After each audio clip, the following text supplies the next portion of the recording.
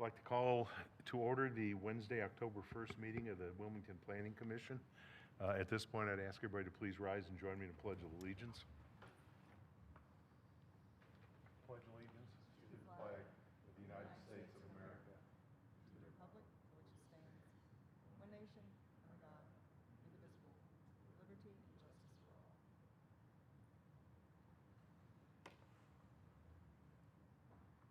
Commissioner Kofer will not be joining tonight. He's on an excused absence, tending to a personal situation. So at that point, Mr. Attorney, do we have a quorum? Yes, Mr. Chair. Thank you. Let me go ahead with the usual preamble and such. Planning Commission advises council on applications for rezoning, land development, code amendments, street closures, and long-range plans and policies. The commission holds legislative hearings, meaning that anyone wishing to speak on a request may do so. The commission issues a recommendation based on consistency of the request with the intent and purpose of the Land Development Code and consistency of a request with the Create Wilmington Comprehensive Plan and other relevant adopted plans and policies. All matters requiring action shall be presented to the Planning Commission by the staff and the applicant. In situations where the staff is the applicant, there will only be one presentation, and city staff will make the first presentation. Applicant will make the second presentation. Both presentations are limited to 5 minutes each. To maintain order, all presentations shall proceed without interruption unless the commission desires to intervene with questions or comments. Just for the record, Ms. Painter, you're keeping time should that become an issue. I'm looking at JC here. It's like, yeah, I know. That's what I did. I looked over here and I was like, oh no, she's not there. Public hearing. The chair will open the hearing for those physically present wishing to speak about an item. Those in favor shall be heard first, followed by those opposed to an item. A 10-minute time will be allowed for public comment in favor of an item. 10-minute will be allowed for opposition. Staff member will track the 10-minute periods. We've established that Ms. Painter is that person. Chair, in their discretion, may extend these time periods. All groups, organizations, neighborhoods, or similar associations desiring to comment are asked to appoint one spokesperson to present their concerns or point of view to the commission on each agenda item. The public has been encouraged to submit their comments in writing via a web-based form located on Wilmington's website. All comments received prior to 3 p.m. today were forwarded unedited to the Planning Commission. Amy, I'm just going to double check. No, you have nothing? Okay, thank you. All comments received will be delivered to council when the item advances. All comments received will be made available to the public if requested. All votes will be voice votes after the proper motions are made. The chair will state the outcome of the vote and the action. Appeal statement. Rezoning requests that receive unfavorable recommendation from the commission may be appealed by the applicant to the Wilmington City Council. Appeals will be in the form of a letter submitted to the city clerk within 10 days of this hearing. Any item that is appealed will tentatively be heard by City Council on October 21st. At that point, let's go to the next item on the agenda, which is the approval of minutes from last meeting. Has everybody had a chance to look at the minutes? Any corrections, additions, deletions?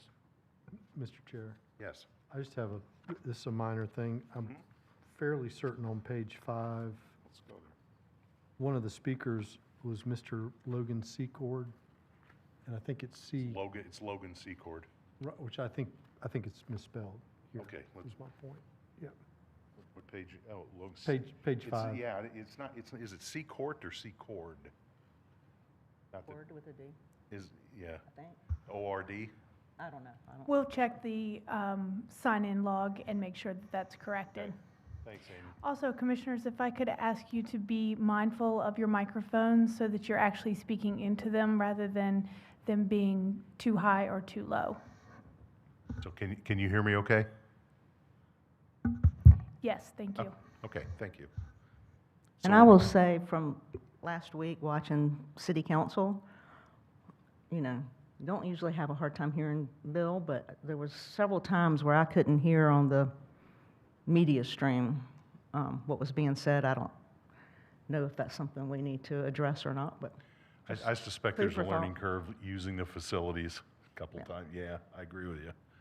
So, okay, Amy, you'll take care of that one. Anything else? Any other items on the minutes?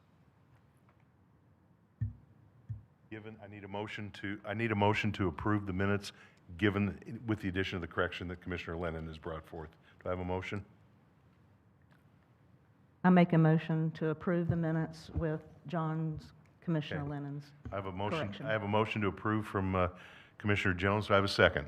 Second. Second from Commissioner Adams. All in favor, say aye. Aye. Opposed? Okay. Any procedural items? Yeah, the way we're gonna run the meeting tonight is we will go through the agenda. We will work through, we'll go items from the staff, and then go items from the commission. So we'll finish up with the election of new officers. So we'll go from there. At that point, let's move forward to, there's no old business, so let's move into new business. The first item on the agenda is Land Development Code Amendment. Amend City Code Chapter 18 to revise the dimensional standards in the R3 residential districts. Travis Henley, I'll get this, will be presenting. Thank you, Mr. Chairman, members of the commission, good evening.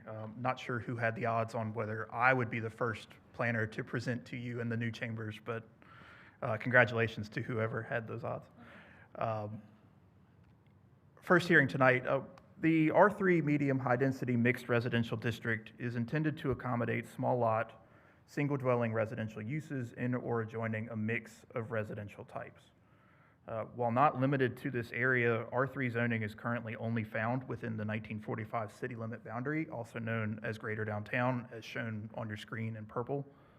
A range of housing types are permitted within the R3 district, though increased lot area requirements must be met to build anything that's considered missing middle housing, such as duplexes, triplexes, quadplexes, and townhomes.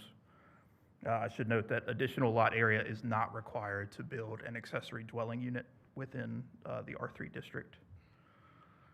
The amendment before you tonight is threefold. The first is to remove the minimum lot area requirement for duplexes to be constructed in the R3 district. Second, it reduces the rear setbacks in the R3 district for primary structures from 15 feet to 10 feet. And third, it corrects a typographical error in the R3 district purpose statement. On the screen is Table 18-28.1 within Article 2 of the Land Development Code. Two of the three amendments before you tonight occur within this table, the minimum lot area for duplexes being removed and listed as none, and the reduction of the required rear setback from 15 feet to 10 feet. Digging into the first portion of the amendment a little further, under current rules, 2 units can be built upon any lot currently zoned R3 as an accessory dwelling unit without, can be constructed without any additional lot area. If you consider that the 2 diagrams on the screen are the same lot, and say they're both 3,300 square feet, as is typical within the R3 district, the scenario on the left with a primary single-family dwelling and an accessory dwelling unit can be built today. However, the scenario on the right, which is 2 units within one structure of the same size that can't be considered an accessory dwelling unit, cannot be built unless that lot is at least 4,000 square feet of lot area.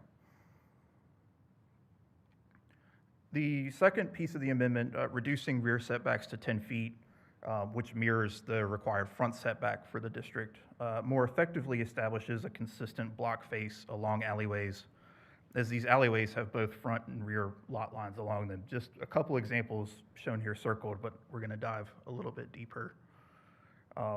This is our current scenario.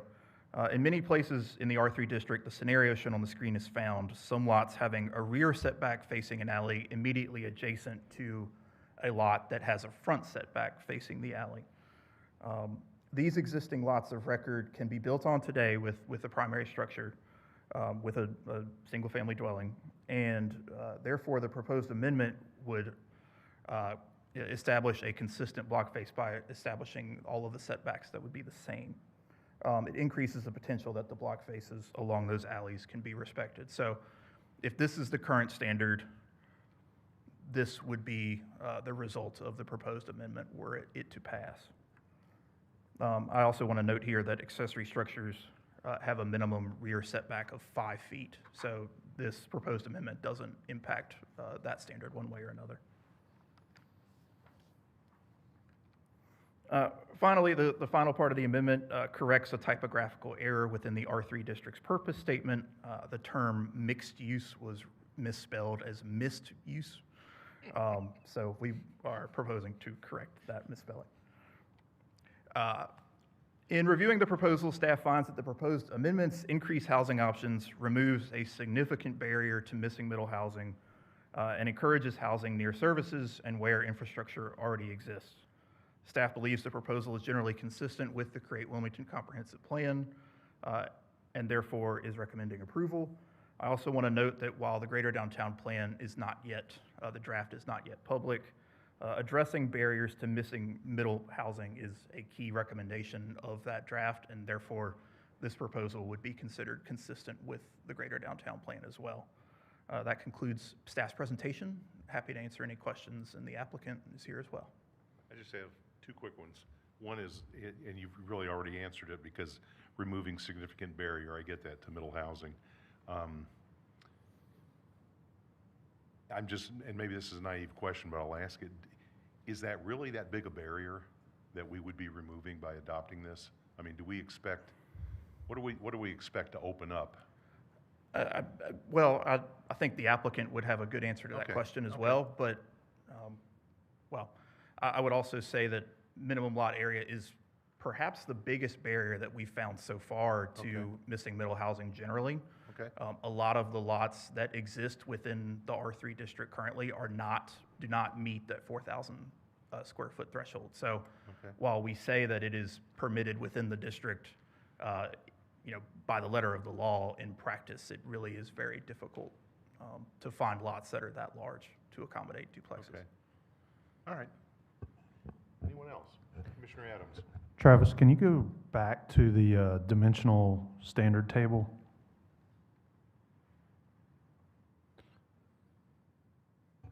So I think it's important to point out here that the open space and some of these other requirements around lot occupancy are not changing, correct? Correct. Okay, thank you. Commissioner Lennon? Piggybacking on Commissioner Adams' question, I want to make sure there was in the staff report, it emphasized this is not increasing density, correct? Yes, that would be correct, because 2 units can be built on any R3 lot today. Arguably using a lot more of the lot yeah. Okay. Yes. All right, And I would thank- say I like it because affordable, anytime you're duplicating efforts when you're on 2 different sites, and if you've got an attached dwelling, it's less expensive to build. So, Okay. I think. Anybody else? Okay, Travis, thank you. At this point, we'll let the applicant come forth.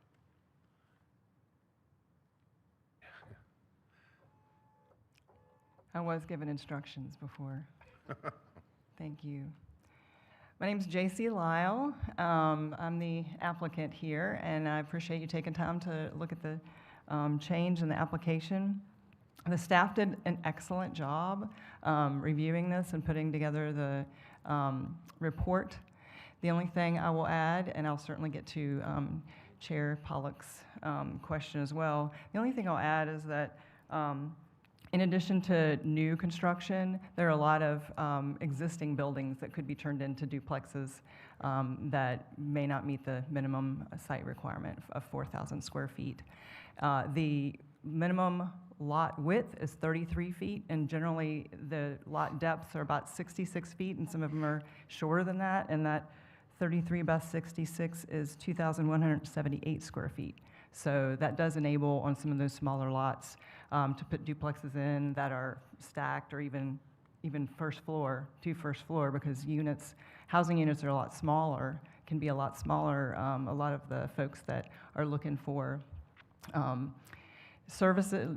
units that are close to services are either unmarried. There's some older adults that might be unmarried. So some folks are looking for just one person unit. So it enables us to build some smaller units on those lots, and so that'll help. And the scenario that I found looking that promoted me to bring this to you, because I think it would benefit the entire R3 district, not just the project, my example project, but it's senior duplexes. So they are for individuals, for one person. And so the unit size is about 600, 700 square feet.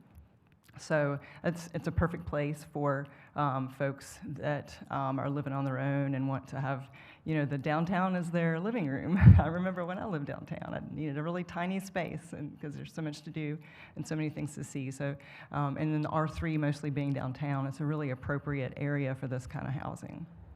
So, and we've talked at length ever since I've been on, even when I was on the commission with some of you, that missing middle is just desperately needed in our community. And so it's exciting to bring forward a barrier to some of that and to eliminate that.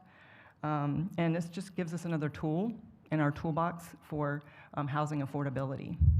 So we can put a little more units here, a little more units there without increasing density in the R3. So I was excited to find this little gem that we could hopefully work on. But I'm happy to answer any questions. Any questions for the applicant? I think Commissioner Lennon. I have a lot of questions. Just in all seriousness, you brought up something I didn't even think about, which I guess arguably does increase density in terms of people, but single-family homes that could easily be split into two, this would now permit that. Right. Okay. All right. So it wouldn't be increasing the footprint. It would just be, in that scenario, it would just be one house probably that is divided into two. Yeah, and so arguably you're probably making it more attractive for somebody to come invest to purchase a home and Yeah, good rehab point. it to create two. Okay. But it's Thank not increasing allowable density is what it is the term, I guess. So yeah, I forgot the rest of my questions, so I'll okay. give My time. mind games. Anybody else? Again, thank you. Thank you. At this point, I will open the public hearing for anyone that wishes to speak for or against. Seeing that there is no one coming forth, we'll close the public hearing and move to what is the will of the commission. Do I have a motion? Mr. Chairman, first of all, I'd like to say I think it's a great use of R3 and it's a great use for affordable housing. So thank you for bringing it forward, and hopefully it becomes a usable part of our ordinance that does help us in some of the affordability. So I make a motion to approve item number 1 as written. I don't think there's a consistency statement, right? The request is reasonable and consistent with the objectives and policies of the following plans, specifically the Create Wilmington Comprehensive Plan, and the Planning Commission considers its approval to be reasonable and in the public interest because the proposed amendment is consistent with the plan policies that encourage compact, efficient development and a diversity of housing in areas with convenient access to goods, services, and job opportunities. Therefore, the Planning Commission recommends approval of this request. Do I have a second? Second. Okay. All those in favor? Aye. Aye. Anyone opposed? Nope. Motion passes. Thank you. Let me, quick paperwork here.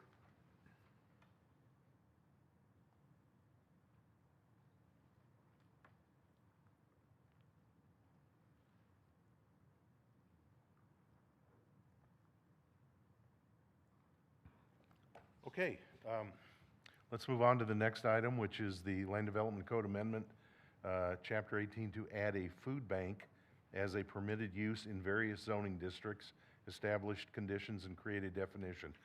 Catherine Thurston is presenting for the city. Thank you, Chairman Pollock, members of the commission. The proposed amendment will establish a new land use for food banks separate from their current classification as warehousing and distribution centers. Food banks are organizations that receive, store, and distribute food and related products to partner agencies and directly to individuals and families in need.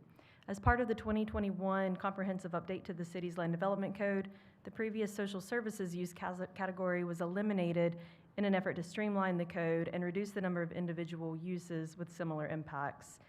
Most uses previously classified under social services were office-based and were therefore consolidated into the broader office category to better reflect their function and intensity.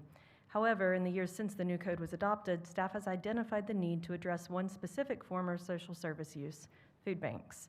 While these facilities serve a public or a charitable mission similar to other human service uses, their physical characteristics and operations more closely resemble warehousing and distribution uses, given the need for storage, packaging, and occasional delivery operations. Current code only allows food banks in CS, LI, and industrial districts, which, as you can see on this map, leaves a lot of residential areas isolated for opportunities for such uses. The proposed amendment would expand allowable uses to the regional business and central business district by right and allow food banks in the urban mixed-use, community business, and office and institutional districts by prescribed conditions. I've got on the screen, it's very long, but this is the proposed definition for food banks and the updated use table reflecting how this use would be incorporated into the code. In districts that allow food banks under prescribed conditions, so these are the applicable conditions, and these conditions were designed to ensure compatibility for the lower intensity commercial districts. I'm happy to answer any questions that you may have of staff, and staff is the applicant. Can you go back one page? Yeah, I just want to stare at that a minute. Okay, I have no questions. Anybody have any questions? Commissioner Collier? Thank you, Chairman. Could you go to the next page, please, Catherine? So explain to me the food bank, the top one. Why is this discussing warehousing and storage of live animals, explosives? Is that just the language in the code today? That's how that is current language for warehousing and distribution uses, and I do see an error on this slide, you having me look at it twice, but the conditions, oh, I'm sorry, no, there's not an error. I just saw mixed-use district twice, but all of these conditions would apply in the mixed-use district, but the ones under B would only be for urban mixed use. And that is consistent with other similar uses within the urban mixed use and also within office and institutional community business. Okay. So if this had been done 3 months ago, when we heard the case about the food bank warehousing thing that became a little bit bigger issue than we think it should have been, this would have taken care of that, is that correct? Yes, sir. Okay. And this is to ensure that that doesn't happen again. I understand, thank you, appreciate you bringing it forward. We did receive feedback from a couple of food banks within the community, including Nourish NC, and they were supportive of the amendment. Good, thank you. Commissioner Lennon? Can you go to the actual language? I think I know the answer to this, but Is it the definition? yes, thank Okay. you. So the the last sentence is what I'm trying to remember in the last one that Commissioner Collier just referenced. That was already permissible as a grocery store, but they had warehousing problems? Is that right? Nourish NC on Market Street was originally permitted under the old code, and so it was classified as a social services use at that time. But to reduce the number of total uses that we had in the land development code, we grouped different uses where it was appropriate. Food banks were grouped in with, well, not really office and institutional because their operations don't match that. So they were kind of inadvertently grouped with warehousing and distribution centers, which at that time was only allowed in the light industrial and industrial districts. Your recent amendment also extended that to commercial services, but that's how that occurred. They were a non-conforming use in their district prior to that amendment. But the reason I'm asking the question is I seem to remember that they had both retail and warehousing on site. They do have very limited retail. They don't have they do have set hours, but it's not a daily operation. They have set times throughout the month that families can come and shop for goods, but it's not really open to the general public as a typical retail use would be. Okay, so the last sentence doesn't impede their ability to, No, sir. okay. And then the last thing, if I may, Mr. Chairman, I just wanted to compliment, my favorite part of this whole presentation was this, where you went across and looked at all the different localities to compare and contrast. I think we are a unique city, but we don't have unique zoning. And so I applaud staff's effort to do that. And I thought the conclusion was great as well, too, that you explained not only what you found, but why it was a good exercise. So thank you for that. Thank you. Any other questions of the applicant? Okay, then I need to open the public hearing, and if there's anybody wishing to speak in opposition or in support, seeing no one, I'll close the public hearing. Do we need to have any other discussion, or do we, can we move to a motion? Commissioner Adams? I think this is a good reminder that our LDC is a living document, and it can and should be adapted when things arise. Sometimes we get caught up that everything is black and white, and we have to do it one way or another, and I'm glad that there's some flexibility with the staff and an understanding that, again, this is a living document and can change over time. And because of that, I would like to make a motion to approve agenda item number 2. An established food bank as a new use. This request is consistent with the objectives and policies of the following plans adopted by the City of Wilmington, the Create Wilmington Comprehensive Plan. Therefore, the Planning Commission considers its approval to be reasonable and in the public interest because the proposal is generally consistent with the recommendations of both the city's strategic plan and the Create Wilmington Comprehensive Plan. The proposed amendment would acknowledge a community need and allow it in appropriate districts while establishing conditions to protect less intense zoning districts from potential negative externalities. Therefore, the Planning Commission recommends approval of this request, including all conditions as provided in the staff's case summary. I have a motion by Commissioner Adams. Do I have a second? Second? Second by Commissioner Jones. All in favor? Aye. Aye. Opposed? Nope. Motion passes. Thank you, Cap. Okay. All right. Let's move on to other business, and let's flip order and go items from the staff first. So, is that Brian? Yes, sir. I would just point out that we included the annual report in your packet this month. We don't have a presentation. We typically don't review it with you, but we're happy to answer any questions you might have. Anybody, any questions from any of the commissioners on that? Okay, Brian, thank you. We'll, can come back with questions, right? Yes, sir. Okay. Only other question I have is, Linda, we were talking about this before. We seem like we were kind of honing in on an agenda for next Monday with our joint planning session. Could you just share that real quick with the commission? Sure. Where you think we're at? Yeah, no, and I was actually going to remind everyone, so 9 o'clock Monday morning, we'll actually be in the Azalea Room down the hall from council chambers. So we met with the chairman a couple of weeks ago to discuss topics.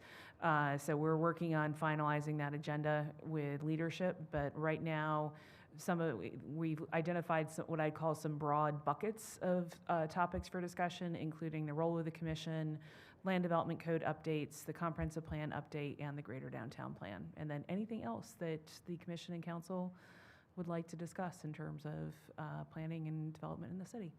And part of what, to add on to what Linda just said, part of our discussion was about, we talk a lot about, what does the council want the role of the commission to be? What does the commission think the role is? And, trying to have some good discussion around that as we work through some of the things that Linda just talked about. So, I think it's a good framework for 2 hours easily. So, and we'll see where it goes. Okay. All right. At that point, let's flip, any other items from the staff before we move on? Okay. Let's then move to items from the commission. The first thing we do is, this is our time where we vote on our leadership. So at this point, what I'd like to do is open the floor. Are there any nominations for chair? Yes. First, I want to thank you for all you've done. And I know it's a very, not time-consuming, but you spend a lot of time following up with us, and it's greatly appreciated. I would like to make a motion to recommend Chairman Lennon for, Commissioner Lennon for the chair position. Okay. Thank you. Do I hear any other nominations? Seeing none, do I have a second? Second. Okay. All in favor, signify by saying aye. Aye. Aye. Aye. John, congratulations. Thank you. I would echo Commissioner Jones' sentiment. Thank you for your leadership over the course of the last year. It's been my pleasure. Let me go on and let's do the vice chair, and then we'll, as they do in the House of Representatives, I will turn the gavel over to you. Not to belabor the point. Do I hear nominations for vice chair? Mr. Chairman, I would like to nominate Commissioner Adams to continue in the role as vice chair. Do I hear any other nominations? Seeing none, do I have a second? Second. Commissioner Collier, all in favor signify by saying aye. Aye. Aye. Opposed? Seeing none. Danny, congratulations. Thank you very much. Okay. I don't know that we have anything else to talk about tonight. So I think what I need now is a motion to adjourn. So moved. Motion, do I have a second? Second. All in favor? Aye. Aye. Opposed? Got it. Thank you.